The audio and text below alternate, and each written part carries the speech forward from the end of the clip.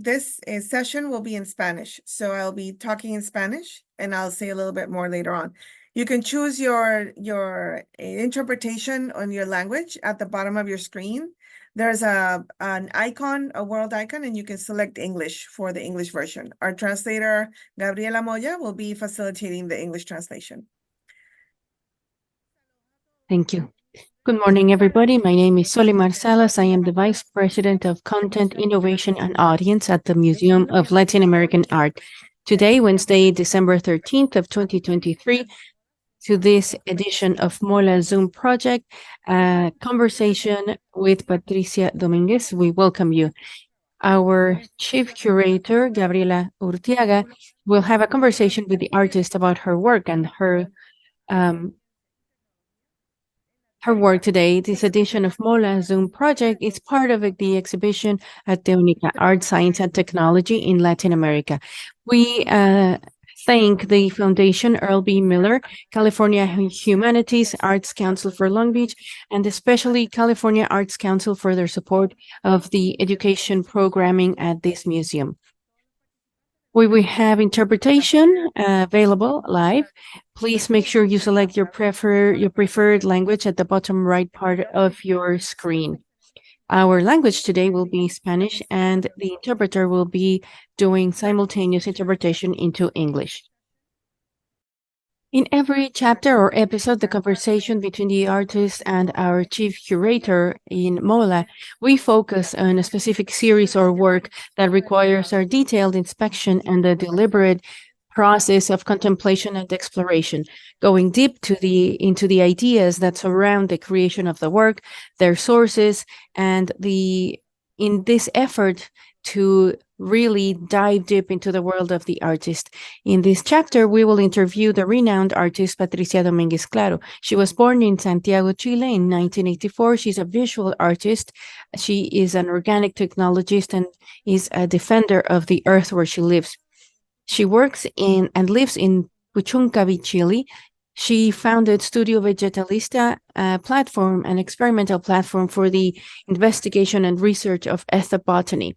Her work focuses between making a relation between the species in their digital and spiritual representations in a cosmos that's in growth. Her installations take form as sculptures, videos, and publications, and they're designed to exorcise the effects of the ecologic destruction of capitalism, and as a way of healing the colonial trauma. If you are just joining us, we want to remind you we have simultaneous interpretation available. Please make sure you select your preferred language at the bottom right corner of the screen using the icon of the globe. We will have this conversation in Spanish. We'll now give the opportunity to our Chief Curator, Gabriela Urtiaga, to lead us in this conversation. Thank you, Solimar, and thank you to all the team at MOLAA. Thank you, everybody. Thank you for joining us.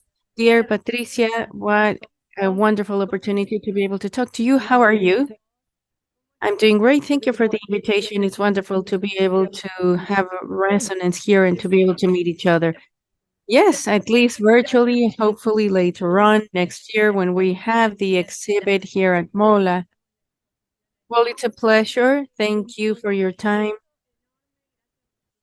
How could we start this beautiful talk so that you can introduce us to your creative process and about whatever concerns you? And something very important, that during this talk, the audience will be able to start to get familiarized with certain words that appear in your work, like vegetable art, science, cosmos, the electronic arts, collective conscience or collective awareness, and ethnobotany. So if you could start to introduce us into your creative world.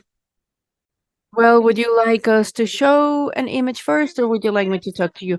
Well, first you can tell us, and later on, since we have selected a group of works, we can start to analyze each of the pieces. Well, my name is Patricia Dominguez. I am from Chile and I live in Chile. And I feel like my entire work has been a tool or a language that I've been developing with time to explore the question of how can I become a sensor? How can I learn from the terrestrial technology and enter more knowledge? How can this sensor that we are be open to be able to try from the language of art to share my spirit with plants and to be able to open up a different way to understand the system here on the earth, which is a wonderful place where we live, and to understand how these organic technologies work. So, in terms of the ethnobotany, it's the relationship between the vegetable world and humans. Here where I live, it's a remote area, and this is a place that's been squeezed up to its maximum. Really, there's a situation of not seeing, and there are also other practices of healing. And for many years, I've had this interest about what kind of relationships we can have between species, between humans and more than human, the relationships in the digital world, spiritual relationships, and how we can make those relationships and recodify them, trying to reorganize the world from the imagination or the artistic process in a way that the planet memory can be honored and change that energy so that we can imagine other kinds of relationships between animals, plants, the rocks, the water, planet, stars in the end. And at least that the ritual of the work can be a recodification of that relationship so that we can try to sustain other visions of the world, other visions of the present more than of the future. And that those words that you mentioned earlier, Gabriela, can be words of art. I think in my work there is a formalization that's quite dreamy, this kind of language that is nonverbal. And opposed to the language that we use every day, a linear utilitarian language. So that's kind of a personal escape as well, to be able to inhabit this other space and to invent different ways of organizing the reality. Right, and all the time we see in your work that you are expanding the limits in these multiple possibilities of thinking, not only in a future world, but also in a present world where we live in and how we relate to multiple species. And I was interested in knowing what artistic possibilities does this interconnection allow you in relation to how I have access to that. Yes. Well, in general, the way I see my work is a species, as some kind of a stomach, but I'm always, because I'm always in different places, living, investigating, learning, teaching, seeing. And a lot of those stories that I live, for example, in Madrid, I had a residency in Bolivia, and they had those fires in Bolivia. And it was very difficult for me to be in the city that was full of smoke in Santa Cruz, knowing that the fires were there. And in the end, I thought, well, I have a video camera and I'm going to go there. So we went to an improvised shelter for burnt animals. And after the third day, there was a toucan that had been blinded by the fires. And I had the camera there, and it was a very powerful encounter to be able to feel this being, because actually I had the opportunity to feel him and see him palpitating and see him in his last moments of being, because this being of the forest had been domesticated. So sometimes I get to live that, and other times there's, like a stomach that is grabbing different stories that are metabolizing and getting digested into these works. And the way that I think about my work is a status of emotional energy. The emotion is the source or the strength or the force from which there's like an energy link that goes to the animal, to the plant, to the water, and through the emotion of the work, there's another link or thread that goes in through the eyes of the audience. And so if I can gather and get together one person with another, with an animal through the emotion or the memory, then we start having this reconstruction of tissue. But in the end, I don't know, I've also worked with horses when I was in for one whole month. I was working with horses and the the kids that were looking after them. Then after the work, I can relive and reimagine those moments. So it's part of the personal life. I love what you're saying. If you'd like, then now we can go to one of your works that we've selected, one of them that you did in 2019. It's Eyes of the Plants. And there we can see that relation between the humans and the plants. What you were just telling us, the combination of this of different register, like science fiction or like a surrealist ethnography. You created a lot of different devices around the main idea and how you create that historical perspective as well. So if you could introduce us to this wonderful work. Thank you. This was a personal ritual about thinking of my own personal family and colonial history and thinking about how can I rethink my green eyes. Having green eyes over here in Chile comes from a long line of immigration and economic migration, like in the case of my family. So I was thinking about how I have green eyes, green like a plant and not green eyes from all the European heritage. So I was thinking about a ritual, and my grandfather has a collection of objects from all over Chile, indigenous objects from the colonial times and current industries.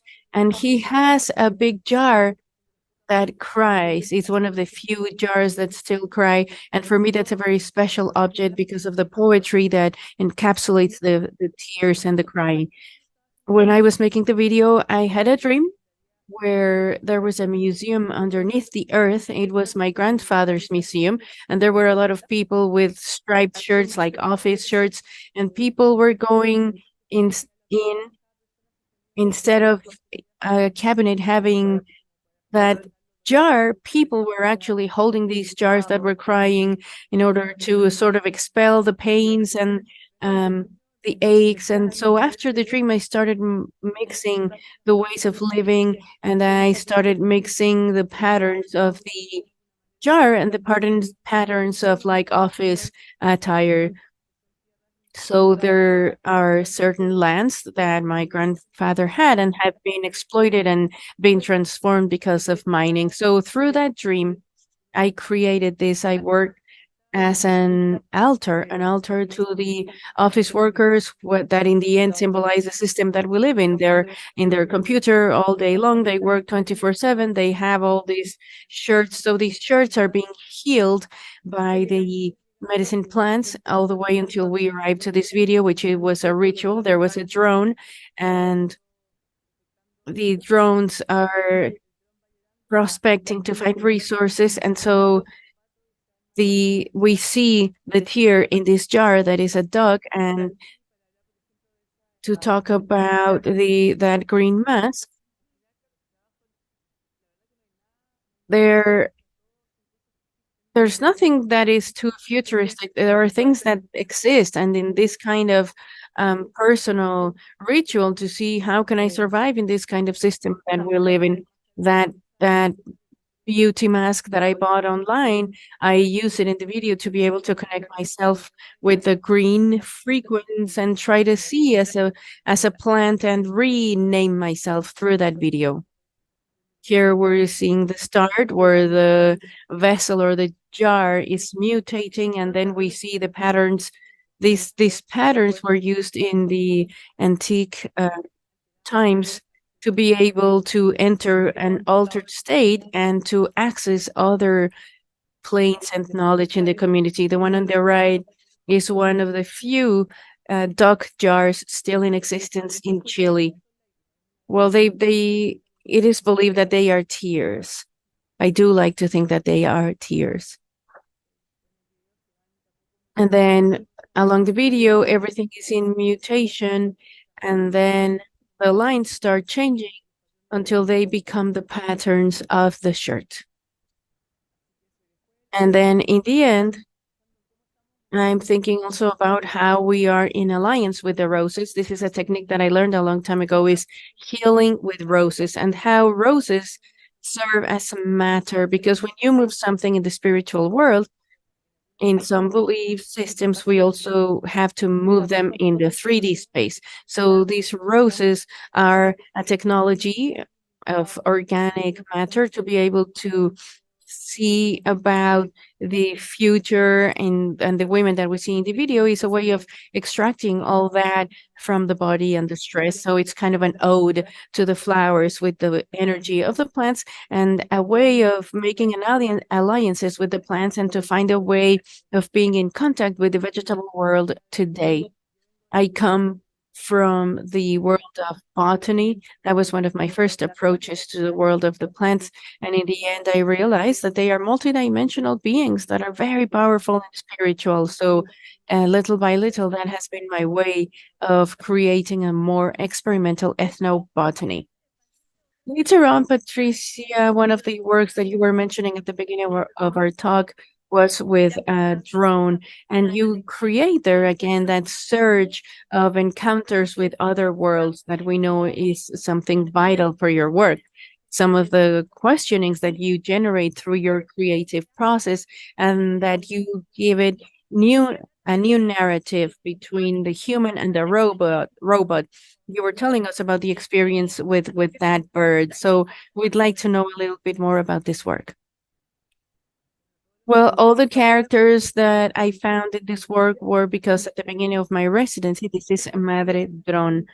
I went to an exhibit for mining, and I'm always looking and looking to see what kind of things come up on the day to day. I found that robot and that girl that's dressed in a tourist fair as a snake. And I thought, well, how can I invite them and create some kind of a myth of a woman that comes out like a virgin with these green beams from her hands? And then how can we have a birth of feminine creation and energy of a woman that can communicate with plants somehow with her light, then neutralize the robot that symbolizes the masculine energy and the robotic energy? And through the video, with her light, she neutralizes him. She is using medicinal plants as some sort of an invented myth of energies that I think we need somehow. So in the end, they sort of combine, and at the end, there's a boy, and is kind of saying, take me out of this masculine world. It's not so much about being a man, but it's about the masculine energy, and the girl pulls him out and neutralizes him. And when I was doing this video in Bolivia, that's when there was a cancellation of the um, shooting of the video because of all those animals that were burned. And there were a lot of many of people that in a demonstration lost one or two eyes because of the police force. So I was thinking, what is happening with all these eyes that are becoming, at some to a certain extent, certain monsters of visions? And I thought we have to transform this with these eyes that had been started crying when it started with the dog jar in the past. And then in this video, we have the blind toucan that is that is crying, sorry. And that tear falls in that demonstrator on the earth that is also losing his eyesight. But we also see the image of the future, and we question, is the image of the future a robot? With all the changes that were happening in Chile, there was a very long story there, but they were trying to pass um, these things in the streets. And I was thinking, how can we do this in the future and have different alliances of this resistance, and make a personal ritual of this girl that is emerging from this enormous snake with this strength on her hands that is green. And the entire video also has kind of a trance feeling around it, something that is more dreaming, where things are in transformation. There is no specific dialogue. Yes, what you're saying is very interesting, Patricia, because you are exploring other worlds, but you're also starting from reality, and a lot of the times from terrible situations. And for example, the other piece that we selected, which is the ballad of Sirena Secas, where you are an artist, but you are also an activist. You are part of certain eco-social movements to bring to light a lot of the issues that for centuries have not been talked about or have not been thought about. Like in this case, you are questioning the fight for the access to water as one essential resource for life in different communities in Latin America, the Ballad of the Dry Mermaids. So I would like you to tell us about these different layers of knowledge, but also of the messages that we can discover and experience through your work. Yes, this case of the Ballad of the Dry Mermaids was during the pandemic. I came to live here to Puchuncavi, which is an area of sacrifice where we have a complex of a polluting industry. They were going through a terrible drought, although thankfully this past year there was more rain. But this is a drought produced by the companies. In Chile, you can sell the water and they are selling more than 100%. So some farming companies capture the water in the mountain for their irrigation, and they've dried out all the valleys. So it's a very serious ecological situation. And I've seen the trees dry out and die. And I met the Widows of the Water. It's a group of women that are wonderful. They're educators, they are parents, they are warriors, and they live there in that conflict area. And it was interesting to see how we can transit in this valley through women, because in the end we have the news, the men that die, the men that work, and but these women had said we don't even have tears to cry. And I thought, wow, they really understand what water does in the body of women. How how do you have sex? How do you give birth? How do you cry without water? So what I did was I invited them with no script.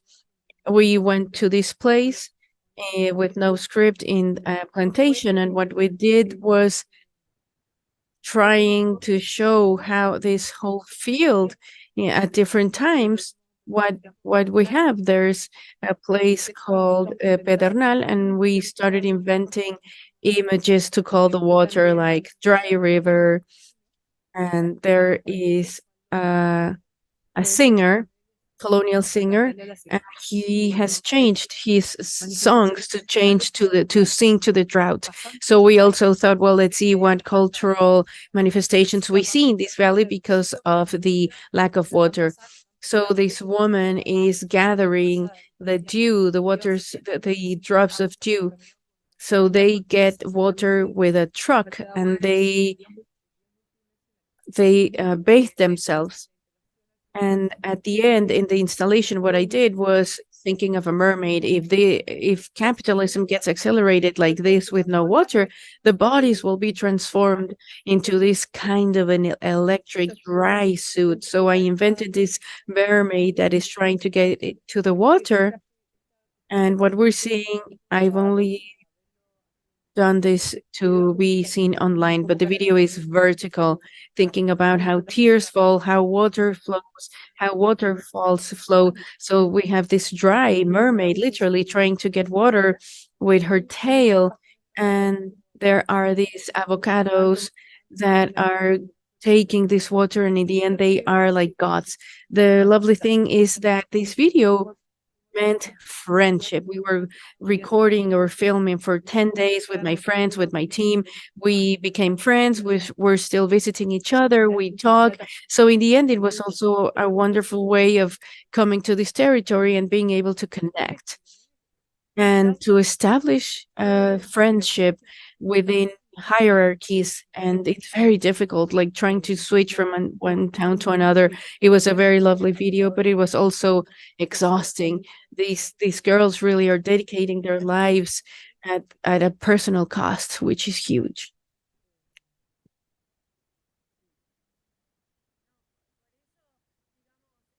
Well, yes, the impact of your work and the possibilities of talking about these topics and to get them seen around the world. Because if you are producing your work in Chile, but you can and you are presenting in very important places all these creations. And I'm interested in that possibility of dialogue as well that you are creating through your work with activists, but also with scientists. In the case of this intersection between science, technology, and art.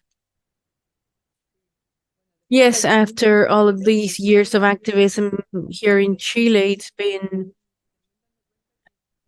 I've realized, well, because of your question, but also in the end, you enter this violent loop, which is very hard and complicated. And after many conversations, I think that I'm not sure if it works that much. So what I've done after this video, which was really hard to bring it to fiction because it was devastating, I've been trying to get connected more with imagination and fiction and plants, and to try to make everything that comes out of my being, my mouth, is kinder as another form of activism, more rather than being part of the system and being violent in return, than to explore other ways. So that's what I'm doing now after so much activism. But on the other hand, with the conversation with science,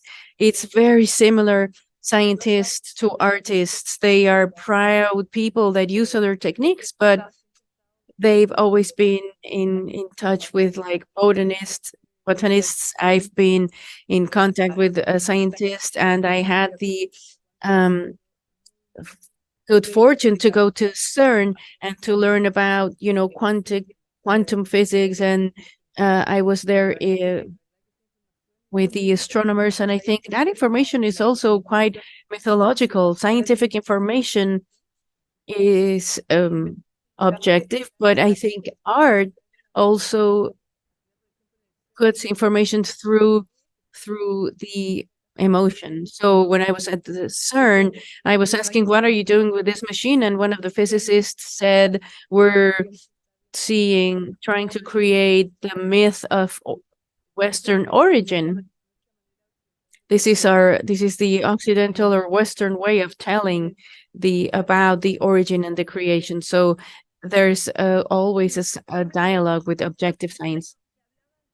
Well, you were also talking about that connection between the spiritual world in your work, and to end our analysis, I would like us to focus on vegetal matrix, so that you can tell us about this connection between the vegetable world and the spiritual world, this connection that you use as a way of healing.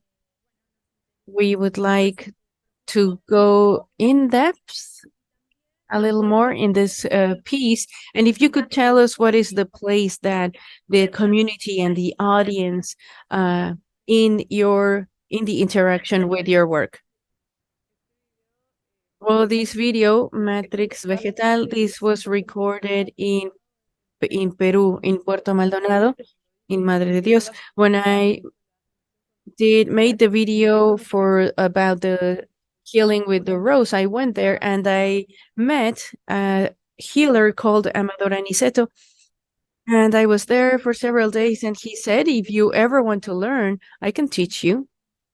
And I was like, okay. So 5 years later, when I had the commission for the biennial in Norway, which was about other intelligence, whether it was artificial or vegetal, I thought, well, that's the opportunity that I have to learn because there's really a need. It was a 2021, so we really had a huge need to access other intelligence. Plants are spiritual beings. They know how to collaborate and to share resources. So I thought I'm going to leave activism to the one side. I'm going to go learn about the vegetable or vegetation and their technology. So I have an interview with Amador with his knowledge, and this is a video about my artistic interpretation of what happened to me. This encounter between two worlds where uh, these people, you go for months without contact with technology or meat or alcohol or sex, and it's about being able to go in a digital silence and enter this learning with the plants, which was wonderful because I think it connects a lot with the quantum physics at CERN. I had just been there the previous months, and some of the teachings of Amador, he says when you summon a plant, you summon their mother, their sister, and all their mothers and sisters because they work as a whole in their spiritual world. So being able to activate that understanding of that world and bringing it back and trying to apply that to expand your personal life. So the video ends up being this disconnect from the digital world and where the green light is cut off, cuts the way of interacting that we have with technology. And not as something opposed to technology, but as a way of going back into a different state and other times. So in the end, there's some kind of an abstract meditation with the Schumann frequency, which is the frequency of the Earth. I think it's 7.38. To, at the end of the video, try to calm down people that are watching it and propose a different state through the act of watching the video and listening to the video. So that's this kind of encounter with the world of the plants, the plant world, and the energy and movement in a different way than what we're used to today. So, Patricia, you yourself experienced all these new encounters with the plant world, but you search through the video and the installations that same experience for the visitor. Well, you really you can't control what experience they're going to have, and I think that it depends a lot on the visitor where they're touched. But if I could capture part of those experiences in the work and whoever wants to go and enter there, it was hard because all these experiences are invisible. So the question was also, how can I put an image to all of this that is invisible or imperceptible? So hopefully a part of these experiences captured in the video as a possibility will be enough, because a lot of the times we don't know how the spectator will react. What happens also is that someone sometimes tells me that they dreamt with the blind toucan or that they entered the portal in the video. And when that happens to me, that's amazing. If it's caused or done something to someone, for me, that's wonderful. I agree completely. That's the freedom as well of being able to express yourself through art. So it's very inspiring. We're very happy to hear you and to have you share all these knowledge with us. Sorry. So we wanted to start with let's see if Daniel or Solimar can see any questions for our guest today. Thank you, Gabriela. Thank you.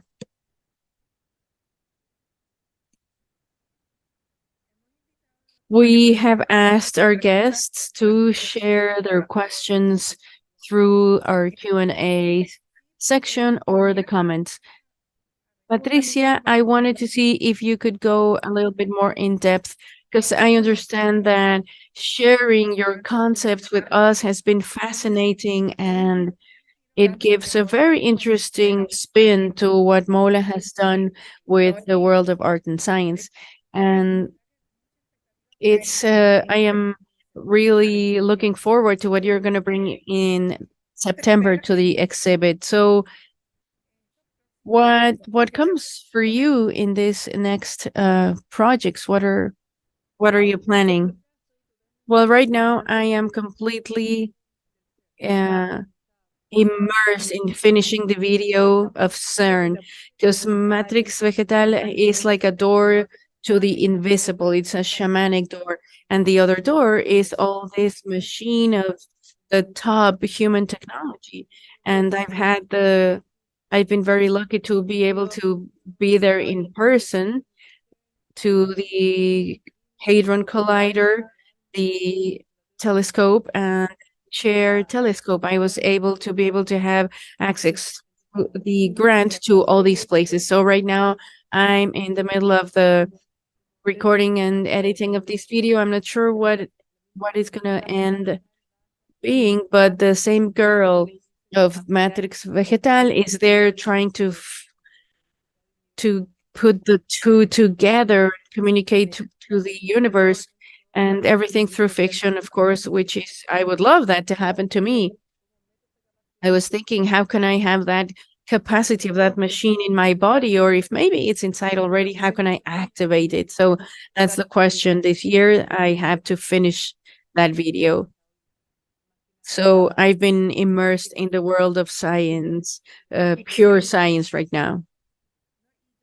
Well, that's amazing. And I know some physicists that I would love, once your video is a little more developed, I would love to see what the reaction is from the scientific community, because part of art, sometimes facilitates moments of understanding. Well, it's complicated because the information that they have is so complex. I think I would have to be born again to be able to understand their equations, but we can have some kind of intersection between spirituality and, like, a lot of what Amador told me, or the witches of the Amazon is, part of the quantum theory. It is interconnected. So science information for me, and science is information and art is emotion. So we'll see what happens, what feedback we get from a more scientific mind. Well, for us at museums, it's really fascinating to be able to offer these moments of transcendence, not just through visual art, but also how we can see art in many different fields that we have right now. Yes, it's great to be able to mix the discipline between in the museums into a unique experience. Well, we're gonna go for a moment. We have two participants that have shared questions, or that invite us to explain a little more. Josefina Ruiz, she says, could you expand a little more about your visit to Alma and tell us a little more about the telescope? Well, Alma is Atacama Limited Managed Array. It's the largest telescope, and it's a radio telescope. They get the low frequencies from the universe, and there's a lot of antenna. It's like pixels. So from all the information of all the antennas, they make like one great eye. They create this signal that is from one celestial body, and with the radio frequency, they can expand what the visual telescope cannot see. So luckily, all these institutions like Alma and the Chair and CERN have programs to invite the artists or people from the humanities to come in and to understand the process of the antenna, for example, and to see how the information is codified, the pure information from the universe, how that is digitized. you can see the machine and the processes, and in the end, how that becomes a number. It's all very mathematical. And in the end, they end up creating the images we know from the universe. But it's a very long process from a lot of engineers. And I don't know if you have any more specific questions about that. While the participants process that answer, we have another question in the Q&A section. It says, hello, my name is Eduardo, and Patricia, I'd like to know if you think that I'm from Puerto Rico, and in South America, there's a different way of saying how you think. There a different kind of conjugation of the verb. So I would like to know if you think that your video is a way of capturing beings in transition. I mean, what do you think about the nature of the video as a medium, which is the opposite to what's ephemeral and transient? Well, my interest is to get prepared to enter the earth and to become myself the planet. And all the videos that I'm making, I think, are my own way of dealing with this process that we're all in and going back to being earth and dirt and bone. And in a way, the only spirit in transition I could address is me. I think the videos for me are rituals, they're moments, they're in the cosmic memory. And so this process of getting close to coming back to Earth is a way of maybe. I like this about capturing moments. To me, encapsulating is like drawing, and I what's ephemeral about the living will be captured while the digital world is in existence. It'll be captured in the videos. But the way I think is I'm getting prepared about I'm getting prepared to getting back to the earth and getting connected. Like with the dance, when you dance, you become the earth, and the spirit goes up and is elevated. So that's part of it. Sandra is asking as well, what do you foresee in the future of technology mixed in with the folklore or mythology? Do you think technology will create something new in do you think technology will create something new in which we will no longer be able to identify old traditions?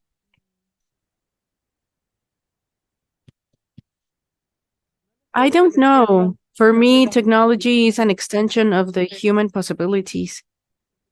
So I think on one hand, we have technologies like AI or electric technologies, but I think there's also technologies of a human experimenting with the tools that are available. So in the end, I think they're always going to be an extension of the human spirit in different ways, in different times.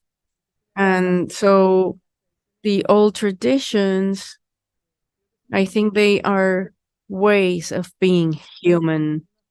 And those same ways, I think, are changing. They're changing shape according to the technology that we have at hand.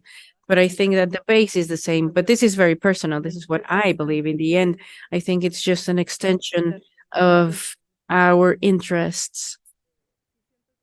I feel that there are many technologies, hard work and organic and spiritual technologies that are fundamental and we should rescue and are more advanced than CERN in many other ways. But I feel that we do have to rescue those old collections because maybe the future is there.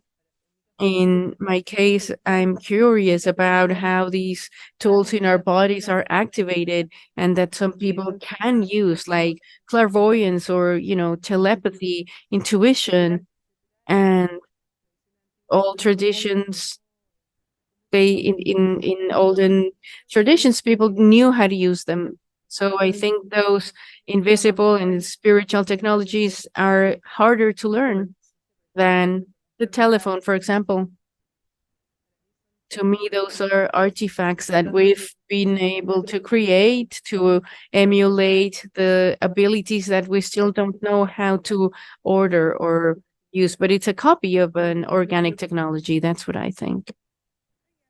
Well, it makes a lot of sense because today we use the word technology tied to computers and cables and wires and hardware, like you say, like devices and equipment. But the definition of technology is a lot wider.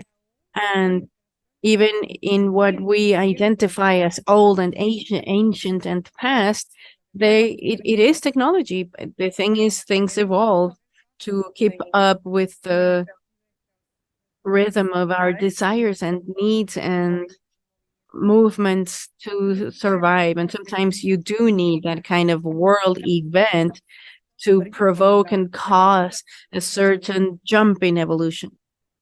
So technology, it's always a good thing to see how we're defining that word. Yes, for example, one time when I interviewed one of the theoretical physicists, he had Buddhist flags in the back, and I said, "Let's talk about spirituality," and he said, "Yeah." Um, the Buddhists, through their meditation, sometimes can access to a certain state of, quantum and access the past. The thing is, they don't have the Western key to explain it. And here we're trying to prove how these things work in a very slow pace of being able to show, step by step through quantum physics. But like I was saying, there are certain things that we know, but that cannot be explained in our language yet. Well, it's like it happens with certain languages. Certain languages have a certain word for a certain object or thought or emotion that cannot be found in other languages or that cannot be translated. And there you can see how we're all at a different moment of our transition. Yes, and a lot of the times, words, like we know, they open realities.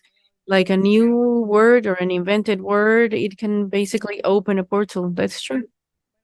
Well, I don't see another question or comment. So, something that we haven't talked about.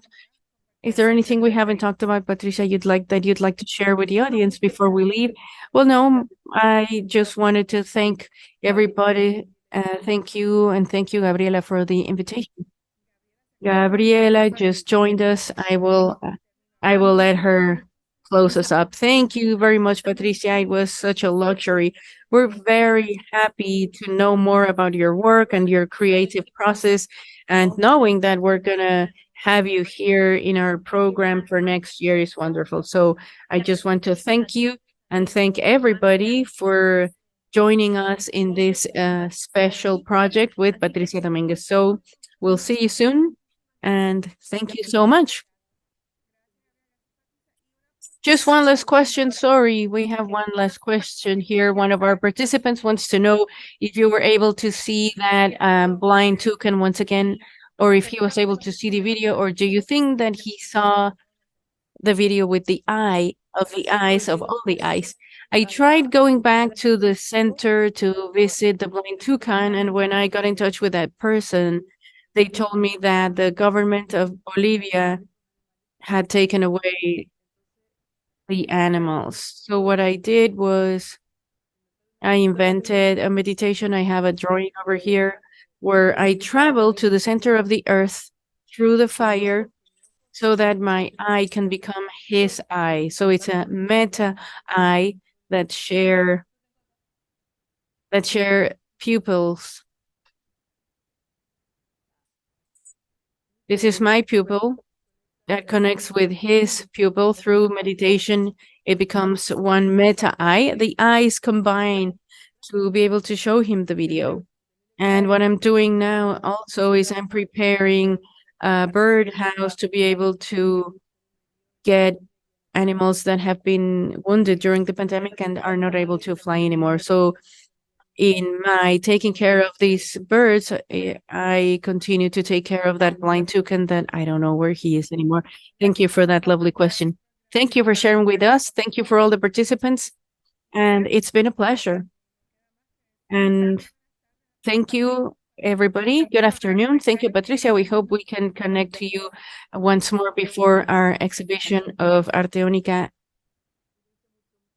Thank you. Thank you, everybody. Have a great day, everyone.